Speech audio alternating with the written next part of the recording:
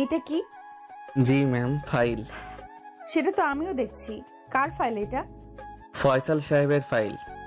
আপনি আনলেন কেন? উনি কোথায়? না ম্যাম, আসলে ভাবলাম আমরাই তো, তাছাড়া ওনার গা ব্যথা করছে তাই নিয়ে আসলাম। খাটিয়ে দুটো চর মারলে জনদরদি ছুটে যাবে। যান সামনে থেকে। আমিও চুপচাপ বেরিয়ে পড়লাম ম্যামের কেবিন থেকে। এবার মূল কথায় আসি। আমি জাহিদ হাসান জনি, একটা প্রাইভেট কোম্পানিতে কাজ করি, আর যিনি আমাকে ধমকালেন তিনি হলেন আমার বস, মানে এই কোম্পানির মালিক। ওনার নাম নীলা স্যাম। আমার থেকে ছোট হবে, দেখতে সেই লাগে, তাই তো জনদরদি হয়ে বারবার ওনার কেবিনে ওনাকে দেখতে যাই। কি করব, মন তো মানে না, মনে ধরে গেছে, তাই তো সবসময় ওনার দিকে তাকিয়ে থাকি। কি চেহারা, দেখলেই জড়িয়ে ধরতে মন চায়, কিন্তু সমস্যা একটাই, উনি আমাকে দেখতে পারেন না। যাক, এবার গল্পে আসি। ম্যামের কেবিন থেকে বের হয়ে নিজ ডেস্কে এসে বসলাম। তখন ফয়সাল সাহেব বলে উঠলেন, কি ব্যাপার জনি সাহেব, আমার ফাইল কোথায়? ও ম্যামের রুমে ফেলে এসেছি, দাঁড়ান নিয়ে আসছি। আবার ম্যামের রুমে গেলাম। ম্যাম আসবো? আবার আপনি? কি হইছে? না মানে ম্যাম, ওই ফাইলটা নিতে এসেছি। নিয়ে যান আর সামনে থেকে দূর হন। ম্যাম একটা কথা বলি। তাড়াতাড়ি বলে দূর হন। আপনি ঘাড়ো করে কাজল দিতে পারেন না? তাহলে সুন্দর দেখা যেত। কি বললেন আপনি? না মানে কারোর যাতে নজর না লাগে। আপনি যাবেন সামনে থেকে? ম্যাম রেগে গেছেন, তাই তাড়াতাড়ি বেরিয়ে গেলাম। এই মেয়েটার মনে কি রসকস নেই, সারাক্ষণ শুধু গম্ভীর হয়ে থাকে। আজ দুপুরে কাজ করছি, তখন গাছে চিল্লাচিল্লির আওয়াজে তাকিয়ে দেখলাম আমার কলিগ জহিরুল ভাইকে ধমকাচ্ছেন। ম্যামকে দেখে একধারে তাকিয়ে থাকলাম, ওনাকে নিয়ে কল্পনায় সুখের সাগরে ভাসছি। তখন কারো ধমকের কারণে বাস্তবে ফিরলাম, চেয়ে দেখি ম্যাম সামনে দাঁড়িয়ে আছে। কি ব্যাপার? আপনি কাজ রেখে হাবলার মতো তাকিয়ে আছেন কেন? কাজ করতে ভালো না লাগলে চাকরি ছেড়ে দেন। কেন যে এসব অকর্মা লোককে বাবা চাকরি দিয়েছে? ম্যাম তার কেবিনে যেতে যেতে বিড়বিড় করে বললেন, আজ অন্য কোম্পানির সাথে আমাদের প্রেজেন্টেশন আছে। আমরা যথাসময়ে চলে গেলাম, সাথে নীলা ম্যামও আছে। প্রেজেন্টেশন চলছে, সব ঠিকঠাকই চলছিল। এক পর্যায়ে ম্যামের সাথে তাদের কথা কাটাকাটি হয়ে ডিলটা ক্যান্সেল হয়ে গেল। ম্যাম সেই রেগে আছে। কনফারেন্স রুম থেকে বের হতেই ম্যাম আমার গালে সজোরে একটা চড় দিল। আমি চোখে সর্ষে ফুল দেখছি। আমি প্রতি উত্তরে বললাম, ম্যাম মারলেন কেন? তোদের রাখি কি বসে বসে খাওয়ার জন্য? আমরা আবার কি করলাম? তোদের জন্যই তো দিলটা ক্যান্সেল হলো। তোরা কিছু বললি না কেন? আমরা কিছু বলার আগেই তো আপনি ওদের সাথে রেগে গেলেন। তোর সাহস তো কম না, তুই আমার দোষ দিচ্ছিস।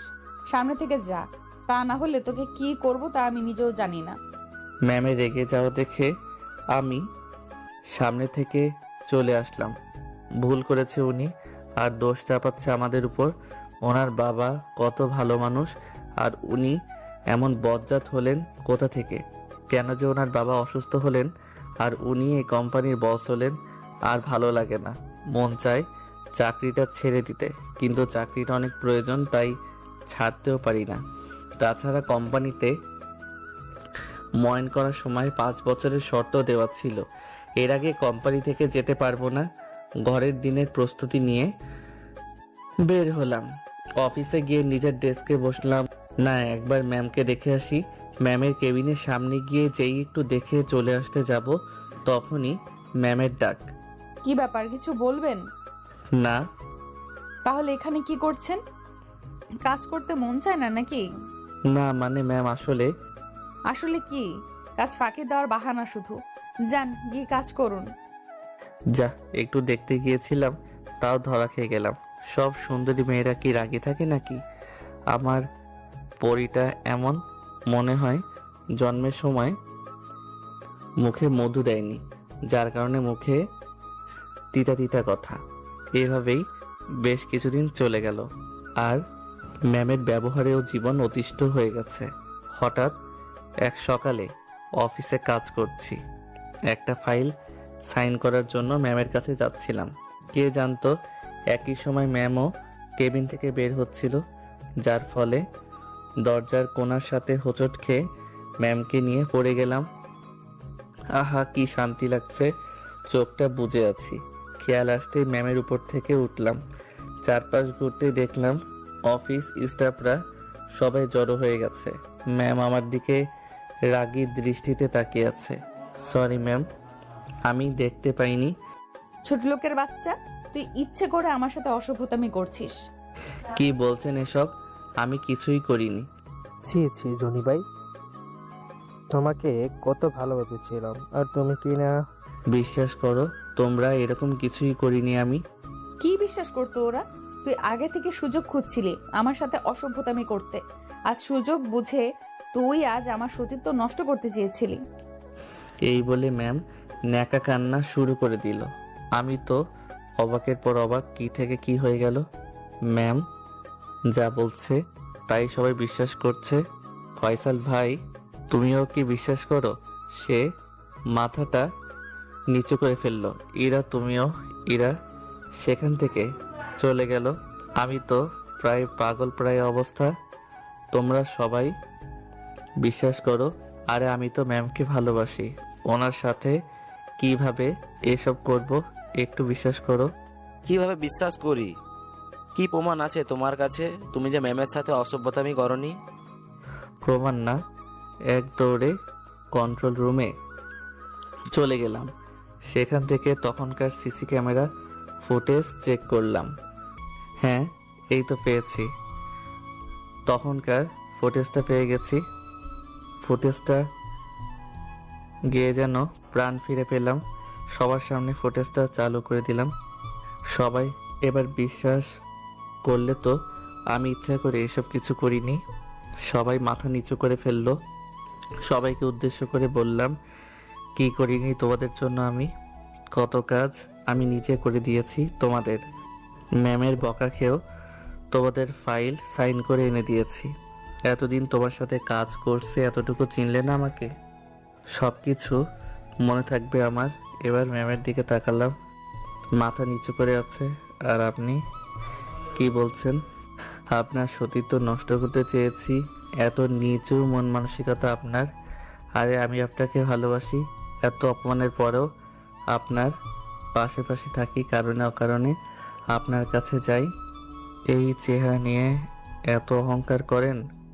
আরে ফর্সা হলে যদি সুন্দর হতো তাহলে আপেলের চেয়ে মূলার দাম বেশি হতো।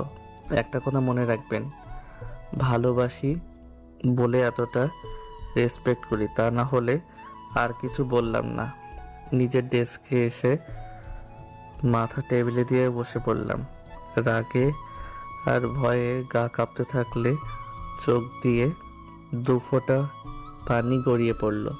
হঠাৎ কাঁধে কারো হাতের স্পর্শ পেয়ে পিছনে তাকালাম। তুমি?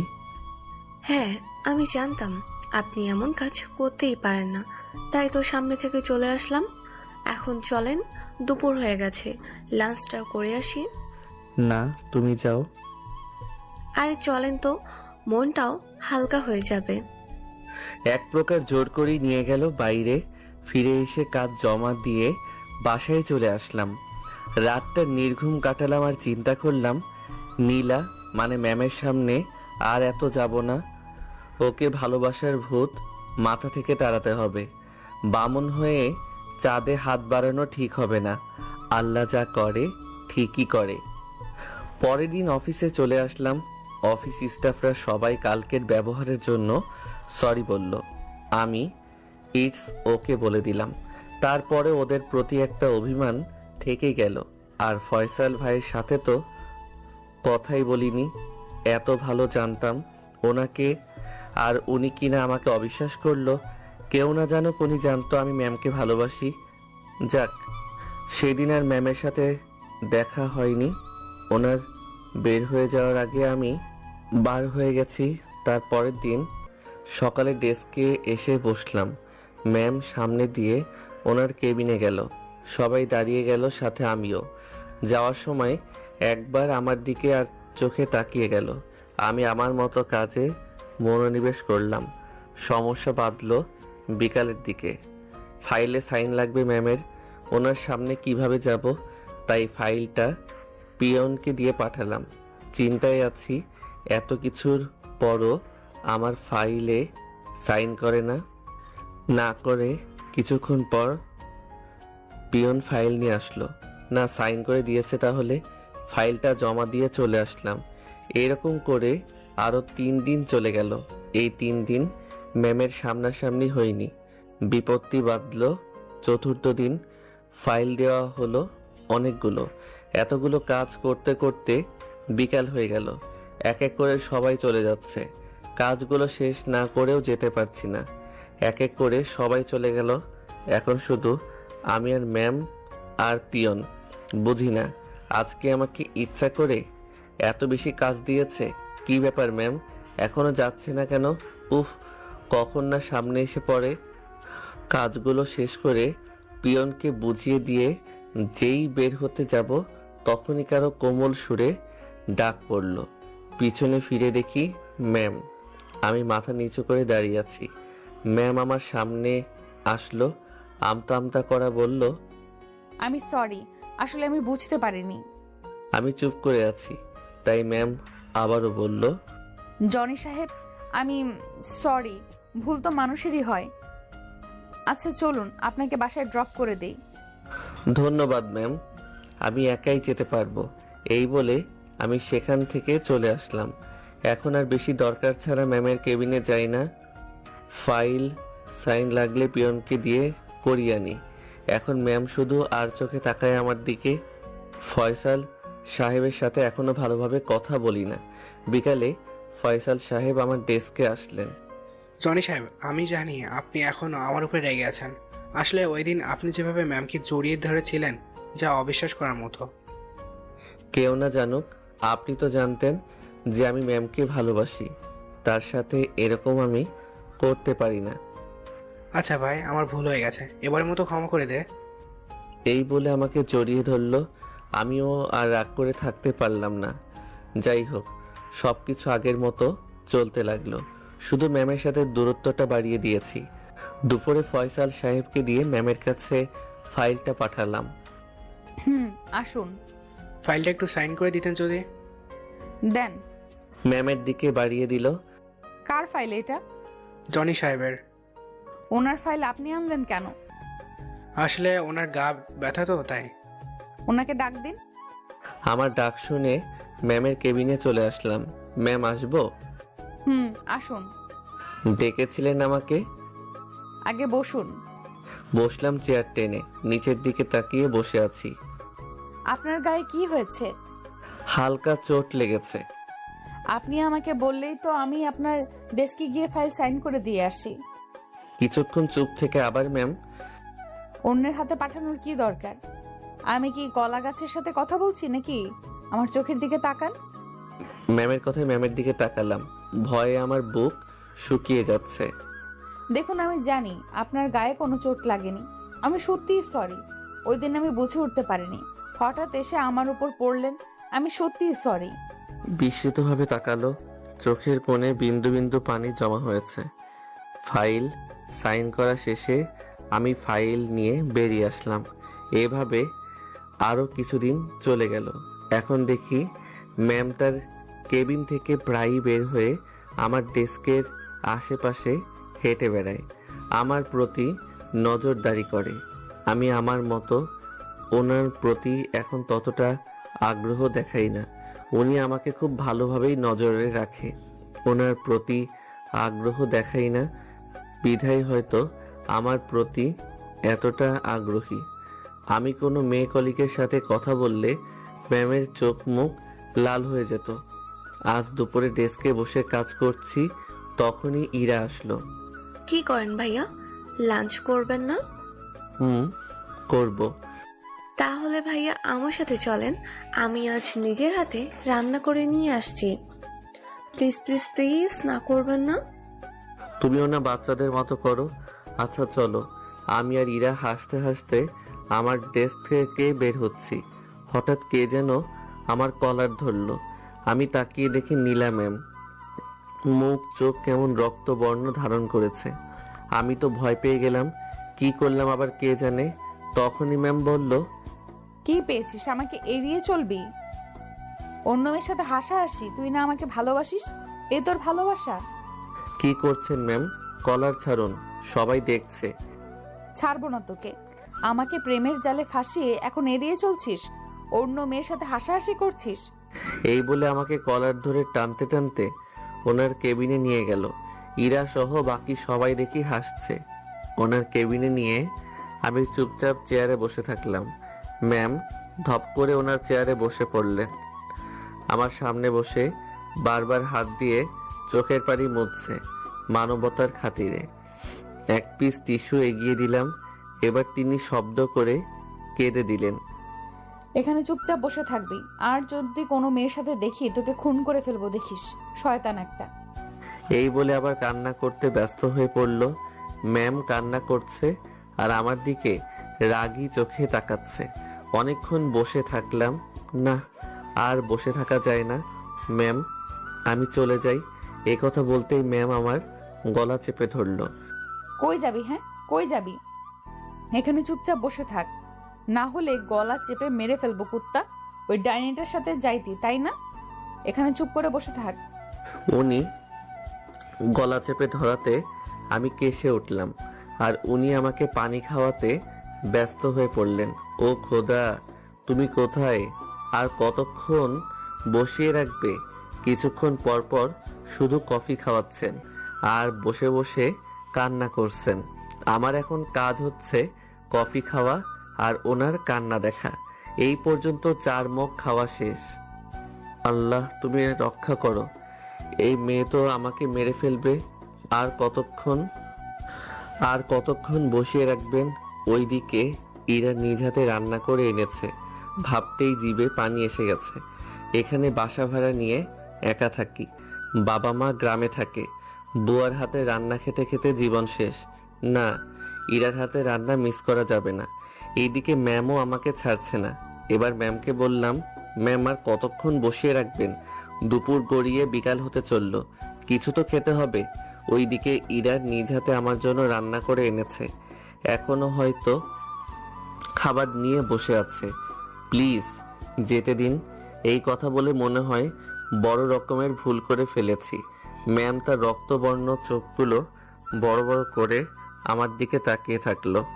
কিছুক্ষণ চুপচাপ আমার দিকে তাকিয়ে থেকে হঠাৎ ম্যাম চিৎকার করে বলে উঠল, কি বললি তুই? এই বলে ড্রয়ার থেকে একটা চাকু বের করে আমার গলার দিকে ধরলো। কি করছেন ম্যাম? পোঁচ লেগে যাবে তো, নামান।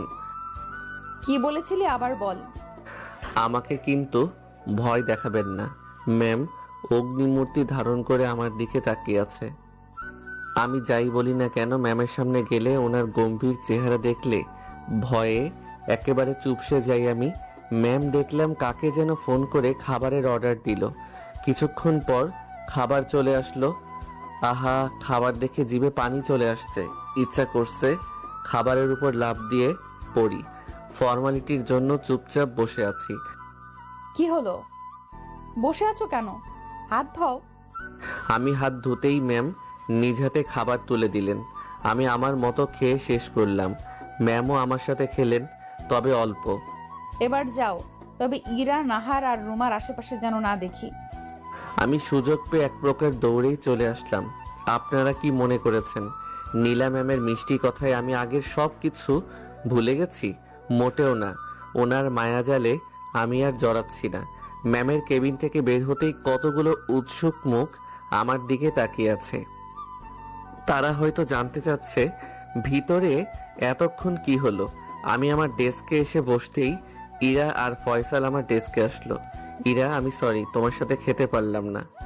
আমি কিন্তু এখনো না খেয়ে আছি আপনার জন্য। চলুন না ভাইয়া। পাগলি বোন আমার। আমি ম্যামের কেবিনে খেয়েছি, ম্যাম জোর করে খাইয়েছে। তুমি ফয়সাল ভাইকে নিয়ে খেতে। ইরা ফয়সালের দিকে রাগী চোখে তাকিয়ে বলল, ওনার কি আমার সাথে খাওয়ার সময় আছে নাকি? ওনার তো নাহার আর রুমা আছে। আমি কিন্তু এখনো খাইনি, চলো। আমি খাবো না, আপনার সাথে যান, রুমা আর নাহারের কাছে যান। আমার কিন্তু খুব ক্ষুধা লেগেছে, চল না প্লিজ। ইরা যাও, তোমাদের দুজনেরই এখন অনেক খিদা, আগে গিয়ে খাও, ওসব বিষয়ে পরে কথা বলা যাবে। ইরা ফয়সালের দিকে রাগী চোখে তাকিয়ে বলল, বলে হাঁটা ধরল আর ফয়সাল পিছে পিছে চলল। আমি আনমনে হাসছি আর ভাবছি এদের ভিতর কিছু একটা ঘটতে চলছে। কৌতূহল বশত ইরার ডেস্কে গেলাম। আহা, কি সুন্দর খাবার সামনে রেখে একজন আর একজনের দিকে তাকিয়ে আছে। আমি হালকাভাবে কাশি দিয়ে বললাম, খাবার সামনে রেখে বসে কাশতে নেই। আমার কথায় দুজনের শুভ দৃষ্টির বাধা ঘটল। দুজনই বেশ লজ্জা পেয়ে গেল। তুমি মিয়া আসার আর সময় পেলে না? নিজে তো পেট পূজারি করে এসেছো, এখন আমাদেরও খেতে দাও। ও শিওর শিওর, খাও, আমি কি সাহায্য করব? ফয়সাল ভাই আমার দিকে রাগী চোখে তাকালো। আচ্ছা খাও খাও, আমি পরে আসি। আমি আমার ডেস্কে এসে কাজে মন দিলাম। ম্যামের সাথে যাতে দেখা না হয় তাই তাড়াতাড়ি বের হয়ে গেলাম। রাতে আর বাসায় খেলাম না। ম্যাম যা খাওয়ালো তাতে দুদিন অনায়াসে থাকা যাবে। রাতে সুন্দর করে একটা ঘুম দিলাম। সকালে যথাসময়ে অফিসে চলে এসেছি। ম্যাম এখনো আসেনি, তাই ফয়সাল আর ইরা সহ বাকিদের সাথে কুশল বিনিময় করে কাজে মন দিলাম। কিছুক্ষণ পর ম্যাম আসলো। আমরা সবাই দাঁড়িয়ে গেলাম। ম্যাম দেখলাম আমার দিকে রাগী চোখে তাকিয়ে তার কেবিনে চলে গেল। আমি আবার কি করলাম কে জানে। ওইদিকে আমার কোনো ভ্রুক্ষেপ নেই। আমি আমার মতো কাজে মনোনিবেশ করলাম। একটা ফাইল জমা দিব, তাই ম্যামের সাইন লাগবে। ওনার কেবিনে আমার যেতেই মন চায় না, অন্যকে দিয়েও পাঠাতে পারবো না। অজ্ঞতা, আমাকে যেতে হলো। ম্যাম আসবো? হ্যাঁ আসুন, আপনার জন্য তো ওয়েট করছি। আমি কাছে যেতেই ম্যাম চেয়ার থেকে উঠে আমার কলার ধরলো, একটানে ওনার মুখের কাছে নিয়ে আসলো। ওনার প্রতিটা নিঃশ্বাস আমি অনুভব করতে পারছি। আমার হার্টবিট যেন ক্রমশই বেড়ে যাচ্ছে। ওই, তুই কালকে আমাকে না বলে গেলি না কেন? খুব বিরক্ত লাগছে আমার। আমি কলার থেকে হাত নামাতে নামাতে বললাম, দেখুন আমার এসব ভালো লাগছে না, সরুন। ম্যাম আমার দিকে কিছুক্ষণ তাকিয়ে থেকে তাই দেন। এর থেকে বেশি কিছু আপনার থেকে আশা করা যায় না। আমার কথায় কিছুটা আঘাত পেয়েছে। দেখলাম ম্যামের চোখের কোণ থেকে কিছুটা পানি গড়িয়ে পড়ল। আমি ফাইল রেখে রুম থেকে বেরিয়ে আসলাম। আমার ডেস্কে এসে বসলাম। না, ফাইল তো জমা দেওয়ার সময় হয়ে গেছে। ফাইলগুলো আমার উপরের কর্মকর্তা আলামিন ভাইয়ের কাছে জমা দিতে হয়, উনি এসব হ্যান্ডেল করেন। কিছুক্ষণ পর পিয়নকে পাঠালাম ম্যামের কেবিনে ফাইল আনতে। পিয়ন ফাইল নিয়ে আসলো। আমি ফাইলগুলো আবার চেক করার জন্য খুলতেই অবাক। ফাইলের পেপারগুলো ভিজে জট লেগে গেছে। ভালো করে দেখে বুঝলাম ম্যামের চোখে পানি। কি মুসিবত! উনি কি আমাকে শান্তিতে থাকতে দিবেন না?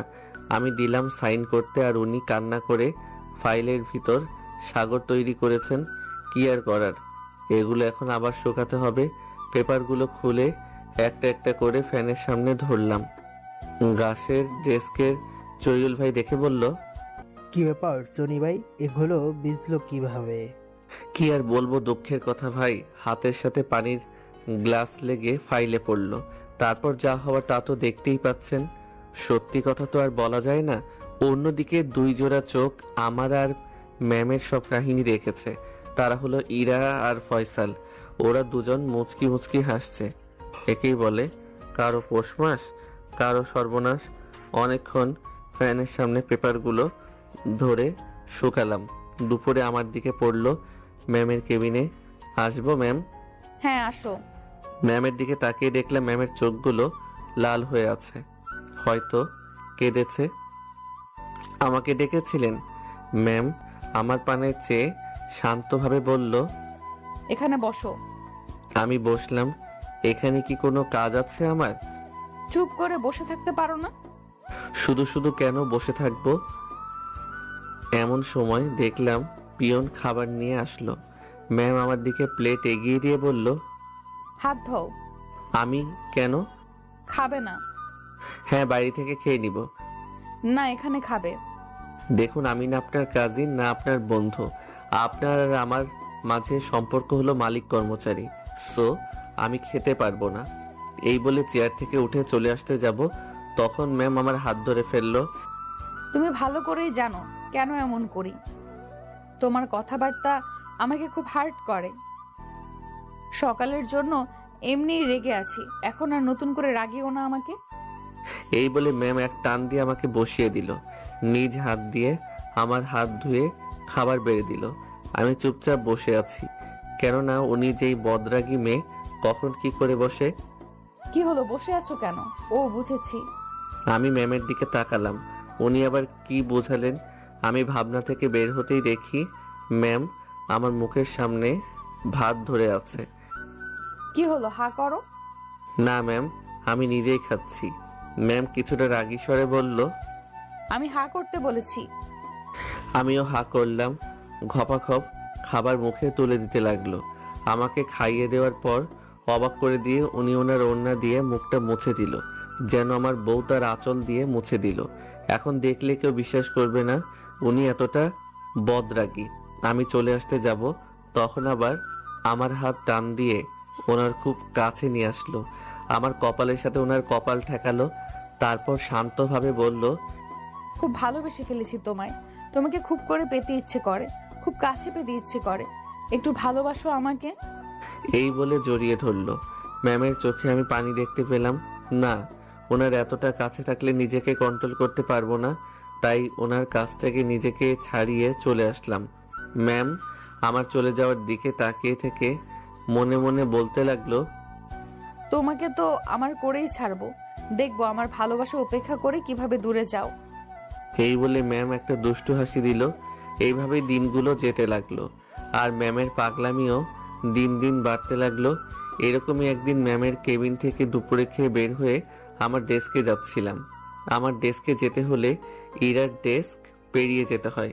তো ইরার ডেস্কের কাছে যেতেই দেখি ইরা কান্না করছে। ইরা কান্না করে একাকার করে ফেলেছে, চোখ ফুলে লাল হয়ে গেছে। আমি কাছে গেলাম। ইরা, কি হয়েছে? এভাবে কান্না করছো কেন? ভাইয়া, ফয়সাল নাহারের সাথে লাঞ্চ করতে গেছে। এই কথা বলে ইরা আরো কান্নায় ভেঙে পড়ল। মেয়েটা একেবারে সহজ সরল। হ্যাঁ, যেতেই পারে, কলিগ যেহেতু যেতেই পারে, সমস্যা কি? ইরা রাগান্বিত স্বরে বলল, কলিগ হলেই যেতে হবে নাকি? ও কেন যাবে? ও নাহারের সাথে যেতে পারবে না, ব্যাস। এই কথা বলে ইরা আবার মাথা নিচু করে ফেলল। আমি ওর মাথাটা উঁচু করে ধরে বললাম, আমার দিকে তাকাও তো। এই তো ঠিক ধরেছি, তুমি ফয়সালকে ভালোবাসো। ইরা মাথা নাড়িয়ে হ্যাঁ সম্মতি জানালো। তা ওকে বলো না কেন? কেন উনি বোঝে না? শোনো, যত তাড়াতাড়ি পারো ওকে বলে দাও। হ্যাঁ বলবো, তার আগে ওনার সাথে হিসাব নিকাশ চুকাবো। কেন গেল উনি নাহারের সাথে? আচ্ছা, আমি চলি। বলে দিও আমি আমার ডেস্কে চলে আসলাম। আমি জানি ফয়সালও ওকে ভালোবাসে। একদিন কথায় কথায় বলেছিল আমাকে। আমি ফয়সালকে কল দিলাম। হ্যাঁ ভাই বলো। রাখো তোমার ভাই, তুমি নাহারকে নিয়ে টাঙ্কি মারতে গেছো। এইদিকে ইরা কান্না করে শেষ। বলো কি, আমি আসছি। কিছুক্ষণ পর ফয়সাল চলে আসলো, সোজা ইরার ডেস্কে চলে গেল। ইরা এখনো কাঁদছে। কি হয়েছে, তুমি কাঁদছো কেন? ইরা রাগ অভিমান আরো বেড়ে গেল। ইরা উঠেই ফয়সালের গলা চেপে ধরলো, তারপর শুরু করলো, কুত্তা, শোর, শয়তান, বিড়াল, তুই আমাকে রেখে ওই পেতনিটার সাথে গেছোস। তোকে আজ আমি মেরেই ফেলবো। এই বলে ইরা ফয়সালকে মারতে লাগলো। এক পর্যায়ে ফয়সাল ইরাকে বুকের মাঝে চেপে ধরলো, আর ইরা একেবারে শান্ত হয়ে গেল, কান্না করে ফয়সালের বুক ভাসাচ্ছে। আপনি বোঝেন না কেন আমি আপনাকে ভালোবাসি? ফয়সাল ইরার কপালে চুমু দিয়ে বলল, পাগলি, আমি জানি তো, আমিও তো তোমাকে ভালোবাসি। তাই তো নাহারের সাথে গিয়েও ওর সাথে খাইনি, তোমার সাথে খাবো বলে। আমি জানি তুমি এখনো খাওনি। চলো, ক্ষুধা লেগেছে। আর যদি দেখি না ওর সাথে, একেবারে খুন করে ফেলবো। খালি কষ্ট দেয় আমাকে। এখন চলেন, আমারও খুব ক্ষুধা লেগেছে। আপনার উপর জিদ করে আমি এখনো খাইনি, এখন আমাকে খাইয়ে দিবেন। আমি দূর থেকে ওদের এসব কাণ্ড দেখে তৃপ্তিময় একটা হাসি দিলাম। বিকালে অফিস থেকে বের হতেই দেখি ফয়সাল আর ইরা একসাথে বের হচ্ছে। আমার কাছাকাছি আসতেই বললাম, তোমাদের কাছ থেকে কিন্তু আমি একটা ট্রিট পাই। আচ্ছা ভাইয়া, আজকেই চলেন আমাদের সাথে, আপনাকে আজকেই ট্রিট দেব। আচ্ছা থাক, আজ ট্রিট দিতে হবে না। তোমাদের নয়া প্রেমে কাবাব মে হাড্ডি হতে চাই না। যাও। আমার কথায় ইরা কিছুটা লজ্জায় পেল। তাহলে আমরা চলি ভাইয়া, ভালো থাকবেন। আচ্ছা যাও। ওরা ওদের মতো চলে গেল আর আমি আমার মতো। চারপাশের মানুষের মুখে হাসি দেখলে আমার মনটাও কেমন আনন্দে ভরে ওঠে। এইভাবেই বেশ কিছুদিন চলল। কাল নীলার জন্মদিন। তার বাসায় বিশাল আয়োজন করা হয়েছে। অফিসের সবাইকে ইনভাইট করা হয়েছে, শুধু আমি বাদে। আমাকে ইনভাইট না করেও ভালো হয়েছে, করলেও যেতাম না। কালকের দিনটা বন্ধ পাবো। কাল সারাদিন ঘুমিয়ে ঘুমিয়ে কাটাবো। আহা শান্তি। আবার কিছুটা মন খারাপও হলো। সবাইকে ইনভাইট করলো, আমাকে করলো না। এটা কি আমাকে অপমান করলো নাকি? বদ একটা অপমান করবি কর, এভাবে করা লাগে? আজ খেতেও ডাকলো না। শালি তোকে পরে দেখে নেব। আমাকে অপমান? না, আর এই বিষয়ে ভাবা যাবে না। এগুলো ভাবতে থাকলে মাথা আরো গরম হয়ে যাবে। কাজে মন দিলাম। বিকালে যাতে ম্যামের সাথে না দেখা হয় তাই তাড়াতাড়ি করে বের হয়ে গেলাম। রাত পেরিয়ে সকাল হলো। আজ ম্যামের জন্মদিন। না, কিছু খেয়ে আবার ঘুম দিতে হবে। তার আগে মোবাইলটা বন্ধ করি, যাতে কেউ বিরক্ত না করতে পারে। আহা, ঘুম কাকে বলে! এই অবেলায় পড়ে পড়ে ঘুমাচ্ছি। বেশিক্ষণ ঘুমাতে পারলাম না। দুপুরের পর দিয়ে কে যেন কলিং বেল বাজাচ্ছে। আমি গিয়ে দরজা খুলতে দেখলাম একজন আমার বয়সী লোক দাঁড়িয়ে আছে। আমি, কে রে ভাই এই অবেলায়, কি চাই? সরি স্যার, আপনার ঘুমে ডিস্টার্ব করার জন্য আমি আপনার জন্য গাড়ি পাঠিয়েছে যাওয়ার জন্য। এখনই রেডি হয়ে যেতে বলেছে। তোর ম্যামকে আর কোথায় যাব? ম্যামের নাম নীলা স্যার। আমার আর বুঝতে বাকি রইল না যে এইটা নীলা ম্যামের কাজ। আমি তো যাব না, কি করি? তুমি যাও, আমি পরে আসছি। সরি স্যার, আপনার জন্য গাড়ি পাঠানো হয়েছে। তুমি যাও, তোর ম্যামকে আমি বলছি। কিন্তু স্যার। কোনো কিন্তু নয়, যাও। লোকটাকে পাঠিয়ে দিয়ে আবার ঘুমের রাজ্যে হারিয়ে গেলাম, কিন্তু ঘুমাতে পারলাম না। কিছুক্ষণ পর আবার আসলো। আমি দরজা খুলে দেখি সে আবার এসেছে। গালের এক পাশ লাল হয়ে আছে। তুমি আবার আসছো? যাও, আমি আসছি। সরি স্যার, আপনাকে ছাড়া যেতে পারবো না। আপনার কথা শুনতে গিয়ে ম্যাম আমার গালের কি করেছে। এখন আপনাকে ছাড়া গেলে চাকরি থাকবে না আমার। এখন কি বলি? আমি একটা গাড়ি দেখিয়ে বলি, ওই গাড়িটা দেখছো? আমি ওইটাতে করে যাব। আমার সাথে আরেকজন আছে, ওকে নিয়েই যাব। তুমি যাও। সরি স্যার, আপনাকে ছাড়া যাওয়া যাবে না। আপনার জন্য স্পেশাল গাড়ি পাঠানো হয়েছে, সেটা দিয়েই যাবেন। কি মাইনকার চিপায় আটকালাম। ওকে বুঝিয়ে ভাজিয়ে পাঠিয়ে দিলাম। কাল আমাকে ইনভাইট করেনি, আজ আসছে গাড়ি পাঠাতে। আবার ইম্পসিবল গাড়ি। তোর গাড়ির তলায় আগুন? না, বাসায় থাকা যাবে না, থাকলেই আবার আসবে। তার আগে গোসলটা সেরে নিই।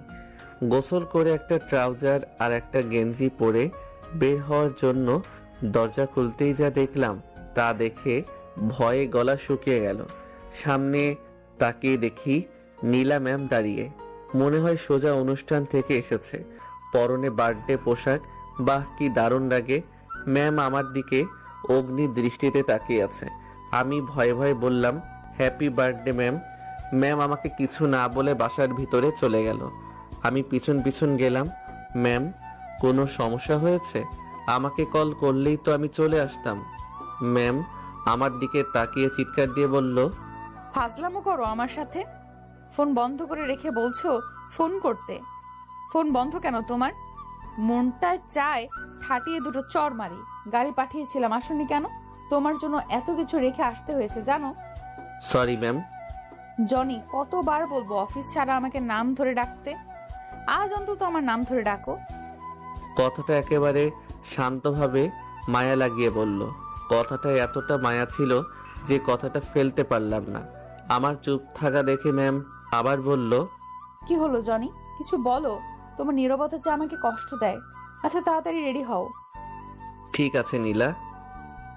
নীলা একটা মুচকি হাসি দিল। ওর নাম ধরে ডাকাই হয়তো খুশি হয়েছে। আমি আমার রুমে ঢুকে রেডি হচ্ছি, খালি গা আমার। তখন হঠাৎ নীলা আমার রুমে ঢুকে পড়লো। আমি তো লজ্জায় গা ঢাকতে ব্যস্ত। আহা, কি করছো? রুমে আসলে কেন? নীলা একটা দুষ্টু হাসি দিয়ে বলল। এত লজ্জা পাচ্ছ কেন? আমিই তো। এখন এদিকে ঘোরো। আমি ওর দিকে ঘুরতেই ওর আনা ব্যাগ থেকে একটা গেঞ্জি বের করে পরিয়ে দিল। তার উপর একটা শার্ট এবং সর্বশেষ একটা কালো ব্লেজার পরিয়ে দিল। কালো পোশাক আমার এমনিতেই খুব পছন্দ। তারপর একটা প্যান্ট আমার হাতে দিল, তাও কালো। নাও এটা পরো। নাকি আমি পরিয়ে দিব? দাও পরিয়ে দেই। একটা দুষ্টু হাসি দিয়ে বলল, দেখছেন কি ফাজিলের ফাজিল? আমি এটা পরবো, তুমি রুম থেকে বের হও। তো পরো। তোমার সামনে পরবো নাকি? সমস্যা কি? আমিই তো। তুমি পরো তো। দাও আমি পরিয়ে দেই। এই কি করছো? তুমি বের হও তো। তো আমি ওর হাত ধরে রুম থেকে বের করে দিলাম। কি মেয়ে মাইরি, আমার ইজ্জত নিয়ে টানাটানি শুরু করে দিয়েছে। আমি প্যান্ট পরে ইন করে পরিপাটি হয়ে রুম থেকে বের হলাম। রুম থেকে বের হতেই নীলা আমার দিকে হা করে তাকিয়ে রইল। একেবারে আমার রাজকুমারের মতো। ওর কথায় একটা মুচকি হাসি দিলাম। জনি, আমার জন্মদিনের গিফট কোথায়?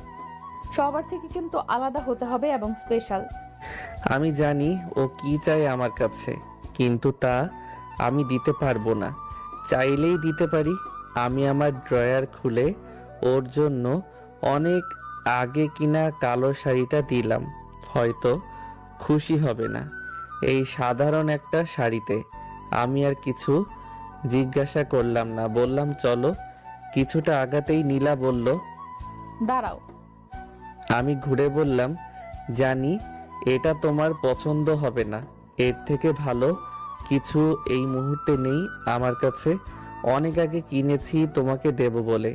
নীলা কিছু না বলে রুমের ভিতরে চলে গেল। এই কই যাচ্ছ? আমার কথার কোনো কর্ণপাত করলো না।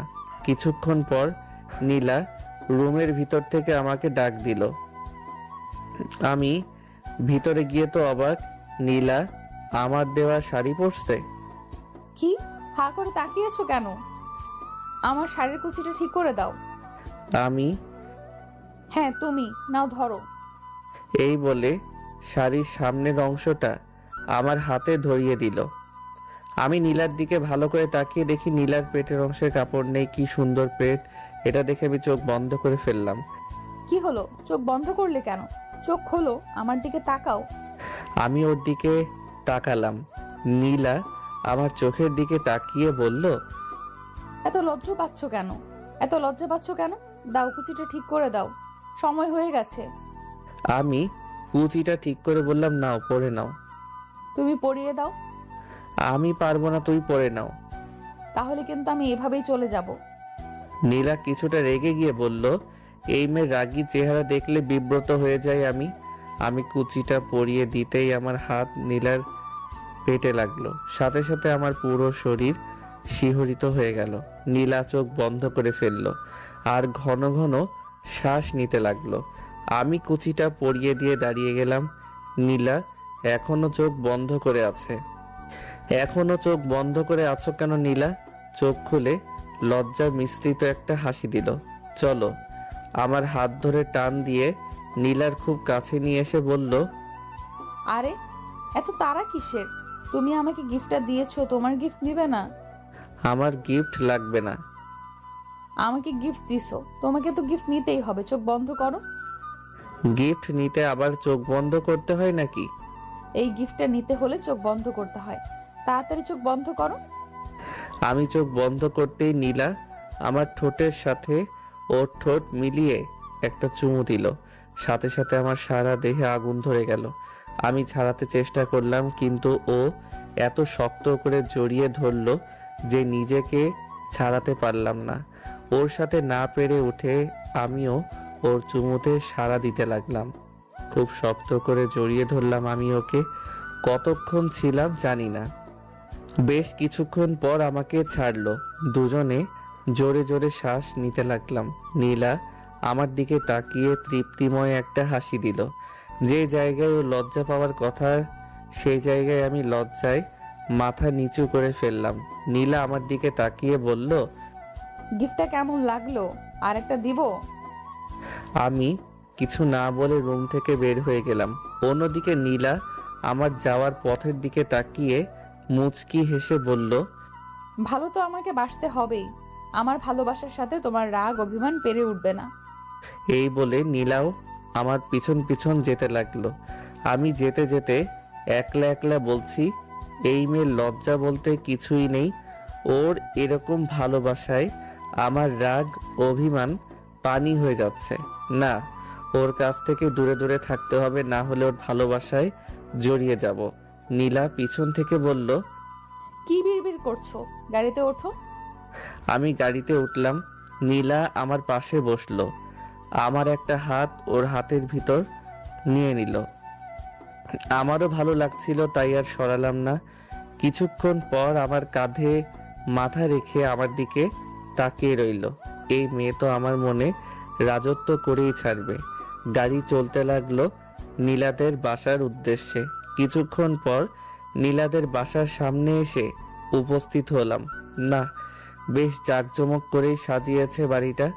পিছন থেকে, কি হলো, ভেতরে চলো। ও হ্যাঁ চলো। ও আমার হাত ধরে হাঁটা ধরলো। আমি হাত ছাড়িয়ে নিলাম। এত লোকের মাঝে মালিক কর্মচারী হাত ধরে হাঁটবে, কেমন দেখায়। নীলা আমার দিকে তাকিয়ে বলল, হাত ছাড়ালে কেন? দেখো এখানে অনেক মানুষ, হাত ধরে হাঁটা সবাই ভালো চোখে দেখবে না। নীলা আবার আমার হাত ধরে বলল, কারোর দেখাতে আমার কিছুই যায় আসে না। পাগলামি করো না, পরেও হাত ধরে হাঁটতে পারবে। নীলাকে কোনো রকম বুঝিয়ে আগে পাঠিয়ে দিলাম। আমি পিছন পিছন ভিতরে গেলাম। ভিতরে অনেক মানুষ দেখা যায়। নীলাদের বিজনেস পার্টনাররা সহ তাদের রিলেটিভরা এসেছে, আর অফিস স্টাফরাও এসেছে। আমি গিয়ে নীলার বাবার সাথে কুশল বিনিময় করলাম। লোকটা অনেক ভালো। চারপাশ ঘুরে ঘুরে দেখছি। অন্যদিকে নীলাকে তার কাজিনরা সহ তার বান্ধবীরা আটকে রেখেছে। নীলা বারবার আমার খোঁজ করছে। এক পাশে গিয়ে বসলাম। পাশে তাকাতেই দেখি ইরা আর ফয়সাল হাতে হাত ধরে বসে আছে। আরে প্রেম রে! আমি ওদের কাছে গিয়ে বললাম, এক্সকিউজ মি। আমাকে দেখে ওরা হাত ছেড়ে দিল। আরে জনি, তুমি? ভাইয়া কেমন আছেন? এই তো ভালো, তোমরা কেমন আছো? জি ভাইয়া ভালো। আচ্ছা থাকো তোমরা, আমি চারপাশটা ঘুরে দেখি। ওখান থেকে চলে আসলাম। নীলাকে দেখার জন্য মনটা কেমন উসখুস করছে, তাই চলে গেলাম ওকে দেখতে। সবাই গোল বেঁধে নীলাকে আটকে রেখেছে, আর নীলা বারবার চারদিকে কাকে যেন খুঁজছে, হয়তো আমাকে। নীলার এ অবস্থা দেখে খুব হাসি পাচ্ছে আমার। চাইলেও ওদের কাছ থেকে ছুটে আসতে পারছে না। একটু পর নীলার কেক কাটা হবে। সবাই কেকের পাশে এসে দাঁড়ালো। আমি আড়ালে লুকিয়ে গেলাম, তা না হলে দেখা গেছে আমাকে তার পাশে দাঁড় করিয়ে সবার আগে কেকটা আমাকে খাইয়ে দিত। যথাসময় কেক কাটলো। কেক কাটার পর্ব শেষ করতে একজন সুদর্শন ছেলে এসে নীলার হাত ধরে একটা চুমু দিল। সাথে সাথে আমার হৃদয়টাও কেঁপে উঠল। বুকে চিনচিন ব্যথা হতে লাগলো। আমার এমন হচ্ছে কেন? আমি কি ওকে ভালোবেসে ফেলেছি? ভালো যদি নাই বাসি, তাহলে আমার এমন হচ্ছে কেন? না, আর ভাবতেই পারছি না। ওই ছেলেটা দেখলাম নীলাকে উপরে বারান্দার দিকে নিয়ে যাচ্ছে। আমিও পিছন পিছন গেলাম। দেখলাম ছেলেটা নীলার গায়ে হাত দিয়ে কথা বলছে। নীলা এতে কোনো রিয়াক্ট করছে না। মাথাটা গরম হতে লাগলো আমার। একটু পর ছেলেটা নীলাকে দেয়ালের সাথে চেপে ধরলো, দুই হাত দিয়ে নীলার দু হাত ধরে। ছেলেটা আস্তে আস্তে তার মুখ নীলার মুখের কাছে নিচ্ছে। নীলা ছোটার জন্য চেষ্টা করছে, এটা দেখে আর ঠিক থাকতে পারলাম না। যখনই কিছু দিতে যাবে ঠিক তখনই দৌড়ে গিয়ে ছেলেটাকে একটা লাথি দিলাম, যার ফলে ছেলেটা দু হাত দূরে গিয়ে পড়লো। জানি না তখন আমার কি হয়েছিল। ছেলেটাকে এক দাঁড় থেকে মারতে লাগলাম। হঠাৎ কে যেন আমার কলার ধরে দাঁড় করিয়ে ঠাস ঠাস করে দুই গালে দুইটা থাপ্পড় দিল। আমি ভালো করে তাকিয়ে দেখলাম সে আর কেউ না, স্বয়ং নীলা। আমি নীলার দিকে বিস্মিতভাবে তাকিয়ে রইলাম। তারপর নীলা যা বলল তা শুনে আমার চোখ দিয়ে দু ফোঁটা পানি পড়ে গেল। লুচ্চা লাফাঙ্গা কোথাকার! তোকে এর জন্য এনেছি আমি, গুন্ডামি করার জন্য? ছোট লোক তো ছোট লোকই থাকে, বাজে কোথাকার। তারপর নীলা ছেলেটাকে ধরে ভিতরে নিয়ে গেল। আমি চোখের পানিটুকু মুছে ওদের বাসা থেকে বের হয়ে রাস্তায় হাঁটছি আর ভাবছি, হায় রে ভালোবাসা, অভিনয়ে সেরা ট্রফি দেওয়া উচিত নীলাকে। এত কষ্টের মাঝেও এই ভেবে হাসি গেল যে ছেলেটার নাক থেকে তো রক্ত বের করেছি। কত বড় সাহস আমার জিনিসের দিকে নজর দেয়! কি বললাম আমি? আমার জিনিস? হা হা হা, নিজের কথায় নিজেকে ধিক্কার দিচ্ছি। বড় লোকদের সবই অভিনয়। যার জন্য করলাম চুরি সেই বলে চোর। আমাকেই লুচ্চা বলছে। আবারও চোখ দুটো ভিজে যাচ্ছে। অফিসের কেউ দেখেনি, দেখলে হয়তো মুখ দেখানো যেত না। যাওয়ার সময় এক পাতা ঘুমের ওষুধ নিয়ে গেলাম বাসায়। রাতে ঘুম আমার চোখে ধরা দিবে না, তাই এই পদ্ধতি। রাতে আর খেতে ইচ্ছে করলো না, তাই বাসায় এসেই ঘুমের ওষুধ খেয়ে ঘুমের দেশে পাড়ি জমালাম। অন্যদিকে নীলা রাতে শাড়ি পাল্টাতে গিয়ে শাড়ির দিকে চোখ গেল, আর তখন মনে পড়ে গেল আমার কথা। নীলা মনে মনে ভাবছে, এ আমি কি করলাম? জনি তো ঠিকই করেছে, রাফি তো আমার সাথে অসভ্যতামি করেছে, আর আমি কি না? উফ, রাগ উঠলে কি যে করি না আমি। এখন নিজের চুল নিজে উঠাতে ইচ্ছে করছে। ছেলেটা না খেয়ে চলে গেল। না, একবার কল দেই। নীলা কল দিল, কিন্তু কল কেউ ধরে না, আবার দিতে থাকে। এভাবে এক ধারে কল দিতেই থাকে, কিন্তু কেউই কল ধরে না। অন্যদিকে আমি তো ঘুমের ওষুধ খেয়ে ঘুমিয়েছি, কোনো হুঁশ নেই আমার। আমার ফোন এক ধার থেকে বাজছে, কিন্তু আমার কান পর্যন্ত শব্দ পৌঁছায়নি। ওইদিকে নীলাও রাতে খাবার না খেয়ে ঘুমিয়ে আছে। সকালে ঘুম থেকে উঠলাম, দাঁড়াতেই ঘুরে পড়ে গেলাম। আসলে গতকাল দুপুর থেকে না খেয়ে আছি তো, তাই শরীর পুরো দুর্বল। কোনো রকম রান্নাঘরে গেলাম, যা রান্না করা ছিল সব পচে গেছে। বুয়া আসতে অনেক দেরি আছে। সেলফ খুঁজে এক বাটা মুড়ি গেলাম। এত বেশি খিদা ছিল যে সব শেষ হয়ে গেল। তারপরও খিদা কমেনি। আবার সেলফ হাতিয়ে এক প্যাকেট বিস্কিট পেলাম। আসলে এগুলো কবে এনে রেখেছি নিজেও জানি না। বিস্কিটগুলো কিছুটা ড্যাম। খিদার কাছে এগুলা কিছুই না। এগুলা খেয়ে পানি খেলাম, এবার খিদা কিছুটা কমেছে। মোবাইলটা হাতে নিয়ে দেখি নীলা বেশ কয়েকটা কল দিয়েছে। কিছুক্ষণ পর আবার কল দিল নীলা। মোবাইলটা সাইলেন্ট করে পাশে রেখে দিলাম। বেশ কিছুক্ষণ পর বুয়া আসলো, রান্না করে দিয়ে চলে গেল। আমি খেয়ে আবার ঘুম দিলাম। রাত পেরিয়ে সকাল হলো যথাসময়। আমি অফিসে চলে গেলাম। আমি আমার ডেস্কে বসে বসে ভাবছি ম্যামের সামনে কিভাবে মুখ দেখাবো। তখন ফয়সাল পাশে থেকে বলল, কি জনি সাহেব, কাল কেক কাটার পর আর আপনাকে দেখলাম না। আসলে আমি খেয়ে আগে চলে এসেছি। ও, আমি বসে বসে ফাইল দেখছি, তখন ম্যাম আসলো। আমরা সবাই দাঁড়িয়ে গেলাম। আমি মাথা নিচু করে দাঁড়ালাম। কিছুক্ষণ পর ম্যামের কেবিনে ডাক পড়লো, আমি আসবো ম্যাম? হ্যাঁ আসো, চেয়ারে বসো। আসলে জনি, আমি সত্যিই সরি কালকের জন্য। তুমি তো জানোই রাগ উঠলে আমার মাথা ঠিক থাকে না। আসলে রাফি হলো আমাদের বিজনেস পার্টনার। ওদের সাথে 4 কোটি টাকার বিজনেস ডিল হয়েছিল। ও যদি ডিলটা ক্যান্সেল করে দেয় তাহলে আমাদের অনেক লস হয়ে যাবে। আর আমি যখন ওকে থাপ্পড় দিতাম তখন তুমি এসে মাইর দিলে। আসলে আমি সরি, তোমাকে থাপ্পড় দিয়ে আমি নিজেও অনেক কষ্ট পেয়েছি। আমাকে মাফ করে দাও। নীলা আমার হাত ধরে বলল। আমি হাতটা ছাড়িয়ে নিয়ে বললাম, না ম্যাম, ঠিক আছে। আমার মতো সামান্য একজন কর্মচারীর জন্য আপনাদের এত বড় ক্ষতি হতে যাচ্ছিল। ম্যাম আহত কণ্ঠে বলল, জনি প্লিজ মাফ করে দাও। সরি তো। আচ্ছা ঠিক আছে, মাফ করে দিলাম। তাহলে আপনি কেন বলছো? হা হা হা, হাসালেন ম্যাম। সামান্য একজন কর্মচারী হয়ে মালিককে তুমি তুমি করে বলবো? হাসালেন ম্যাম। জনি সরি তো। দেখলাম ম্যামের চোখ জোড়া ভিজে আসছে। ম্যাম, কোনো কাজ থাকলে বলেন, অযথা বসিয়ে রাখবেন না। টেবিলে অনেকগুলো ফাইল জমা হয়ে আছে। ম্যাম আমার চোখের দিকে তাকিয়ে আছে। আমি রুম থেকে বেরিয়ে আসলাম। ম্যাম মাথা নিচে কে দিয়ে বসে আছে। ডেস্কে বসে কাজ করছি, তখন দেখলাম রাফি নামের সেই ছেলেটি ম্যামের কেবিনে যাচ্ছে। মনে হয় ডিলটা ফাইনাল করতে যাচ্ছে। ওকে দেখে হাসি গেল, মুখটা এখনো দাগ হয়ে আছে। কিছুক্ষণ পর ম্যামের কেবিন থেকে চিৎকারের আওয়াজ আসছে। আমি কাজে মন দিলাম।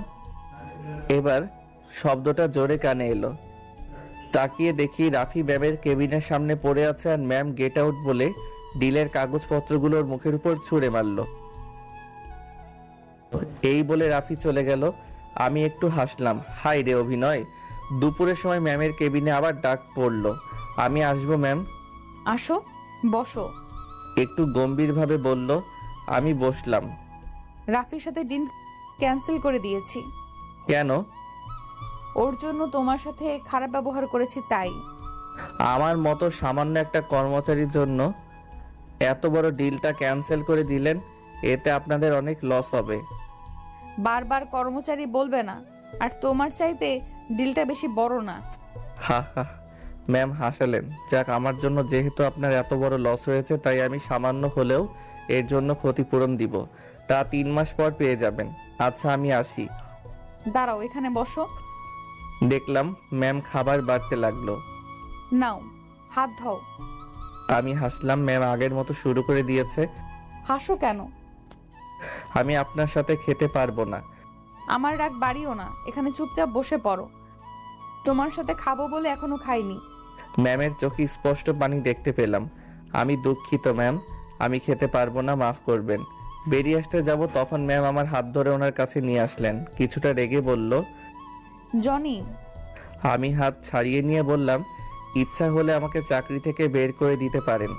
মুহূর্তেই ম্যামের রাগটা বেদনায় পরিণত হতে লাগলো। আমি রুম থেকে বের হয়ে কিছু দূর যেতেই ম্যামের কেবিনে ভাঙচুরের আওয়াজ পেলাম। পরে পিয়নের কাছ থেকে জানতে পারলাম খাবারের সবগুলা পেয়ালা ধরে ধরে আছাড় মেরে ভেঙেছে। মাঝে থেকে কষ্ট বাড়ল পিয়নের। খাবার পরিষ্কার করতে আমি বাহিরে গিয়ে খেয়ে এসেছি। বিকালে ডেস্কে বসে আছি, তখন বিকালে ডেস্কে বসেছিলাম। হঠাৎ পিয়ন এসে বলল ম্যাম নাকি ডাকে আমাকে। আমি ভিতরে গেলাম। ম্যাম ভিতরে আসবো? ম্যাম ভিতরে আসতে বলল। ভিতরে গিয়ে ম্যামের সামনে দাঁড়াতেই ম্যাম আমাকে জড়িয়ে ধরলো। কাজটি যে এত তাড়াতাড়ি হলো আমি কিছু বুঝতেই পারলাম না। আমারও কেমন জানি ভালো লাগছিল। পরক্ষণে মনে হলো এটা তো ঠিক না, আমি এইরকম করছি কেন। আমি ম্যামকে ঝটকা মেরে ছড়িয়ে দিয়ে বলতে শুরু করলাম, কি মনে করেন আমি কি মানুষ না? আমার কি মন নেই? চাইলেন কাছে টেনে নিলেন, চাইলেন ছুঁড়ে ফেলে দিলেন। আপনার এই অভিনয়ের জন্য তো সেরা অ্যাওয়ার্ড দেওয়া উচিত।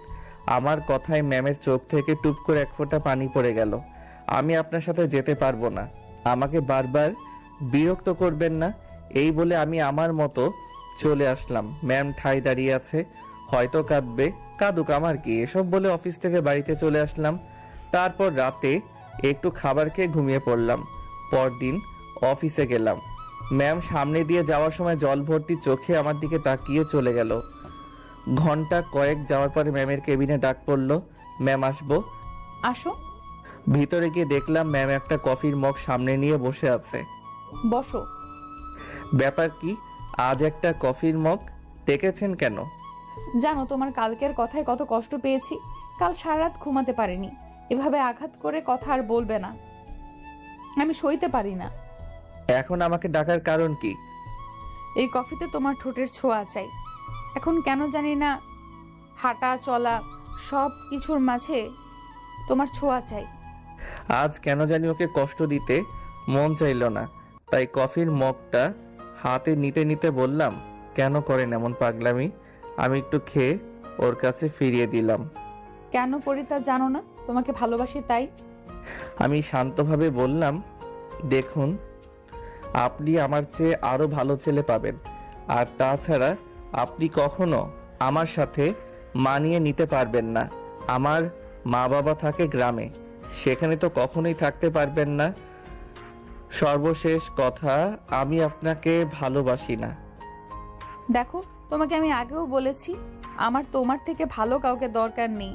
আর আমি সব পরিবেশে মানিয়ে নিতে পারবো। না পারলে তুমি আছো না। শেষ কথায় কি বলেছো? তুমি আমাকে ভালোবাসো না। আমার চোখের দিকে তাকিয়ে বলো তো, আমি তোমাকে ভালোবাসি না। ওর চোখের দিকে তাকানোর সাহস আমার নেই, তাই অন্যদিকে তাকিয়ে বললাম, তোমাকে আগেও বলেছি আমি তোমাকে ভালোবাসি না।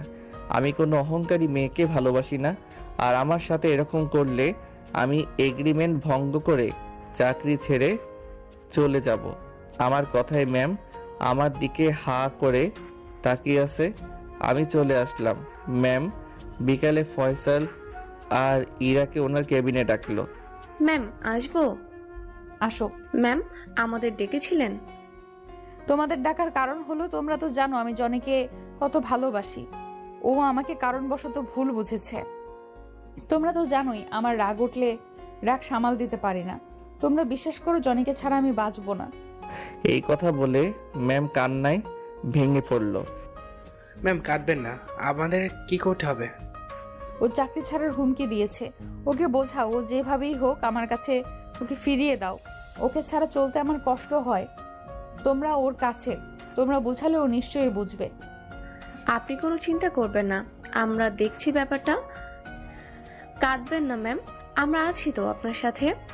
আর শোনো, এতদিন তোমাদের সাথে যা খারাপ ব্যবহার করেছি তার জন্য ক্ষমা করে দিও আমাকে। কি যে বলেন না ম্যাম, আমরা এখন আসি। এই বলে ওরা দুজন সোজা আমার ডেস্কে চলে আসলো। কি ব্যাপার, তোমরা দুজন একসাথে কিছু বলবে? না মানে যদি ভাইয়া ম্যাম তোমাকে সত্যিই ভালোবাসে, ওনার সাথে আর অভিনয় করে থেকো না, অভিমান করে থেকো না। হ্যাঁ জানি, ও ঠিকই বলেছে, আর রাগ করে থেকো না। এবার আমি ওদের দিকে ভালো করে তাকিয়ে বললাম, দেখো ইরা, তোমাকে আমার ছোট বোনের মতো জানি, আর ফয়সাল তোমাকে বড় ভাইয়ের মতো। সো ভাই বোন কখনো তার ভাইকে অন্য মেয়ের সাথে প্রেম করতে বলে না। আশা করি তোমরাও বলবে না। দেখলাম ওরা মুখটা কালো করে চলে গেল। যাওয়ার সময় দেখলাম আমার সাথে কথা না বলে বের হয়ে যাচ্ছে। বুঝলাম আমার সাথে অভিমান করেছে। ওদের সামনে গিয়ে বললাম, তোমরা রাগ করেছো? আমি ইরার গালে হাত দিয়ে টেনে বললাম, আরে বোন আমার, দেখি বেশি জেদি হয়ে গেছে। ভাইয়ের উপর রাগ করে থাকতে নেই। ইরা দেখলাম কেঁদে দিল। এই জন্যই ওকে এত ভালো লাগে। সহজ সরল মেয়ে একটা, একটুতেই কেঁদে দেয়। আমি ইরার চোখের পানি মুছে দিলাম। তখন ইরা বলল, আমার চোখের পানি মুছলে কি হবে, তোমার নীরার চোখের পানি তো এখনো পড়তেছে। আবার ঘুরে এক কথা, শোন বোন আমার, ফয়সাল ভাই তুমিও শোনো। ওর আর আমার মাঝে বিশাল ব্যবধান, তা তোমরা কেন বুঝো না? ধরো তোমাদের কথা ধরে ওর সাথে প্রেম করলাম, এর শেষ পরিণতি কি? বিয়ে। ও কি পারবে আমার সাথে মানিয়ে নিতে? কখনোই পারবে না। বুঝলে এবার? ওরা দেখলাম মাথা নিচু করে ফেললো। আমি ইরার গালে হাত দিয়ে বললাম, পাগলি বোন আমার, চলো তোমাদের আজকে ট্রিট দিব। এবার তো একটু হাসো। ইরা একটু মুচকি হাসি দিল। এই তো হয়েছে, চলো। ওদের নিয়ে রেস্টুরেন্টে গিয়ে ট্রিট দিলাম। অন্যদিকে ম্যাম আমার ওই কথা বলার পর থেকে বেশি একটা জোর খাটানোর সাহস পায় না। এইভাবেই কিছুদিন চলে গেল। এর ভিতর কোম্পানি ডেভেলপমেন্ট হওয়ার জন্য ম্যামের বাসায় ছোটখাটো একটা পার্টি দিয়েছে অফিসের সবাইকে নিয়ে। তো কাল সন্ধ্যায় অনুষ্ঠান। দুপুরে কাজ করছি, তখন ম্যাম আমার ডেস্কে আসলো। আমি দাঁড়িয়ে গেলাম। আমাকে বললেই তো আমি চলে আসতাম। না থাক, শোনো, তোমাকে কিন্তু কাল আসতেই হবে। আমি মুচকে একটা হাসি দিলাম। ম্যাম আবারও বলল, হাসলে হবে না, তোমাকে কিন্তু আসতেই হবে।